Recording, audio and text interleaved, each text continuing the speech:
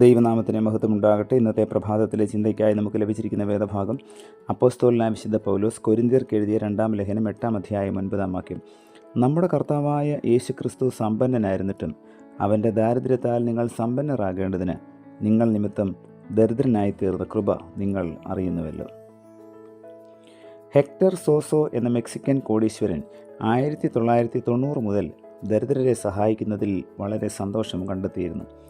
അയാളുടെ മകൾ മാർഗരറ്റ് തൻ്റെ 18-ാം ജന്മദിനാഘോഷത്തിനായി പിതാവിനൊപ്പം സാന്റിയാഗോയിലേക്ക് യാത്രയായി. ഒരു ദിവസം കൊറോണോഡോ ദ്വീപിലെ ഒരു ദരിദ്ര മേഖല സന്ദർശിക്കുവാൻ അദ്ദേഹം പ്ലാൻ ചെയ്തു. ഇത് അവൾക്ക് ഇഷ്ടപ്പെട്ടില്ല. എങ്കിലും പിതാവിനൊപ്പം അവൾ പോയി. സന്ദർശനം കഴിഞ്ഞ് മടങ്ങുമ്പോൾ ഹെക്ടറുടെ പേഴ്സ് കാണാനില്ല. മാർഗരറ്റ് പറഞ്ഞു, ആ ദരിദ്ര മേഖലയിലെ ആരെങ്കിലും മോഷ്ടിച്ചതാവും. എല്ലായിടത്തും തിരഞ്ഞിട്ടും പേഴ്സ് കിട്ടിയില്ല.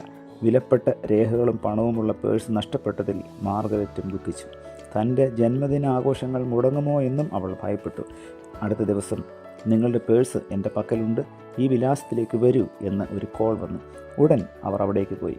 വളരെ ദരിദ്രമായ ഒരു പ്രദേശത്ത് അവരെത്തി. 13 വയസ്സുള്ള പോൾ എന്ന ബാലൻ പേഴ്സ് തിരികെ നൽകി. അതിലൊന്നും നഷ്ടപ്പെട്ടിരുന്നില്ല. എന്നാൽ അവൻ $2 ആവശ്യപ്പെട്ടു. അടുത്ത ദിവസം തൻ്റെ സഹോദരിയുടെ ജന്മദിനമാണെന്നും ഒരു കേക്ക് വാങ്ങുവാൻ കരുതിയിരുന്ന $2 അയാളെ വിളിക്കുന്നതിന് ചെലവാക്കിയെന്നും അവൻ പറഞ്ഞു. തെരുവിൽ ജീവിക്കുന്ന അവരെക്കുറിച്ച് മാർഗരറ്റിനും സഹതാപം തോന്നി. തൻ്റെ ബർത്ത്ഡേയും ആ കുട്ടിയുടെ ബർത്ത്ഡേയും ഒരേ ദിവസം. അവൾ അവരുടെ ഹോട്ടൽ വിലാസം പോളിന് നൽകി. അവനും സഹോദരിയും അമ്മയും ജന്മദിന പരിപാടിയിൽ പങ്കെടുക്കുന്നതിന് അവൾ അവരെ ക്ഷണിക്കുകയും $300 നൽകുകയും ചെയ്തു. പോളും സഹോദരി സിൻഡിയും അമ്മയും ജന്മദിന പരിപാടിയിൽ പങ്കെടുത്തു. മാർഗരറ്റ് അവരെ ഹൃദ്യമായി സ്വീകരിച്ചു. അവരുടെ സന്തോഷം മാർഗരറ്റിനെയും സന്തോഷിപ്പിച്ചു. ഹോട്ടൽ മാനേജർക്ക് പോളിൻ്റെ കുടുംബത്തെ അവർ പരിചയപ്പെടുത്തി.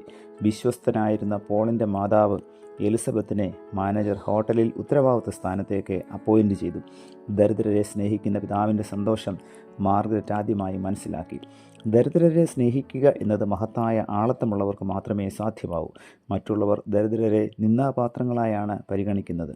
അറപ്പോടും വെറുപ്പോടും ദരിദ്രരെ അകറ്റി നിർത്തുന്ന അനേകരുണ്ട്. എന്നാൽ ദരിദ്രരുടെയും ജീവൻ ധനികരുടേതെന്ന പോലെ വിലയുള്ളതാണെന്ന് വിസ്മരിക്കരുത്. ധനികരെ പോലെ തന്നെ ദരിദ്രർക്കും വിശപ്പും ദാഹവും വിവിധ ആവശ്യങ്ങളുമുണ്ട്. അവരുടെ ആവശ്യങ്ങൾ കൂടെ പരിഗണിക്കുവാൻ ധനികർ ബാധ്യസ്ഥരാണ് എന്നുള്ളത് ധാർമ്മിക പ്രമാണമാണ്. ധാർമ്മിക പ്രമാണങ്ങളെ നിഷേധിക്കുന്നവർ നികൃഷ്ട ജീവിതത്തിൻ്റെ ഉടമകളാണ്. സമ്പത്തല്ല, ധാർമ്മികതയാണ് മനുഷ്യജീവിതത്തെ അർത്ഥപൂർണ്ണമാക്കുന്നത്. ഈ ഭൂമിയിൽ ധനികർക്കുള്ള എല്ലാ അവകാശങ്ങളും ദരിദ്രർക്കുമുണ്ട് എന്നത് നിഷേധിക്കാവുന്നതല്ല. ഒരു കാര്യം കൂടെ ഓർക്കുക, ഒരുപക്ഷെ ചില ധനികർ പെട്ടെന്ന് തന്നെ ദരിദ്രരാവാനും ചില ദരിദ്രർ പെട്ടെന്ന് ധനികരാകാനും സാധ്യതയുള്ള ലോകത്തിലാണ് നാം ജീവിക്കുന്നത്. അതിനാൽ ദരിദ്രരെ വെറുക്കുന്നവർ സ്വയം വെറുപ്പിന് അർഹരാവുകയാണ്. നമുക്കും ദരിദ്രരെ സ്നേഹിക്കുന്നതിൽ സന്തോഷം കണ്ടെത്തുവാൻ ഇടയാവട്ടെ. പ്രാർത്ഥിക്കുക. പ്രിയ കർത്താവേ, എളിയവനെ ആദരിക്കുവാനുള്ള കൃപ ഈ പ്രഭാതത്തിലെ വചനധ്യാനത്തിലൂടെ ഞങ്ങൾക്ക് അവിടുന്ന് സഹായകമാകണമേ. കർത്താവെ, ദരിദ്രരെ സ്നേഹിക്കുവാനും അവരെ ഉൾക്കൊള്ളുവാനും അവരെ ചേർത്ത് നിർത്തുവാനും ആവശ്യമായ പരിജ്ഞാനം ഞങ്ങൾക്ക് നൽകി ഞങ്ങളുടെ ജീവിതത്തെയും ധന്യമാക്കണമേ. പുത്രൻ്റെ നാമത്തിൽ പ്രാർത്ഥന കേൾക്കണം പിതാവേ. ആമേൻ.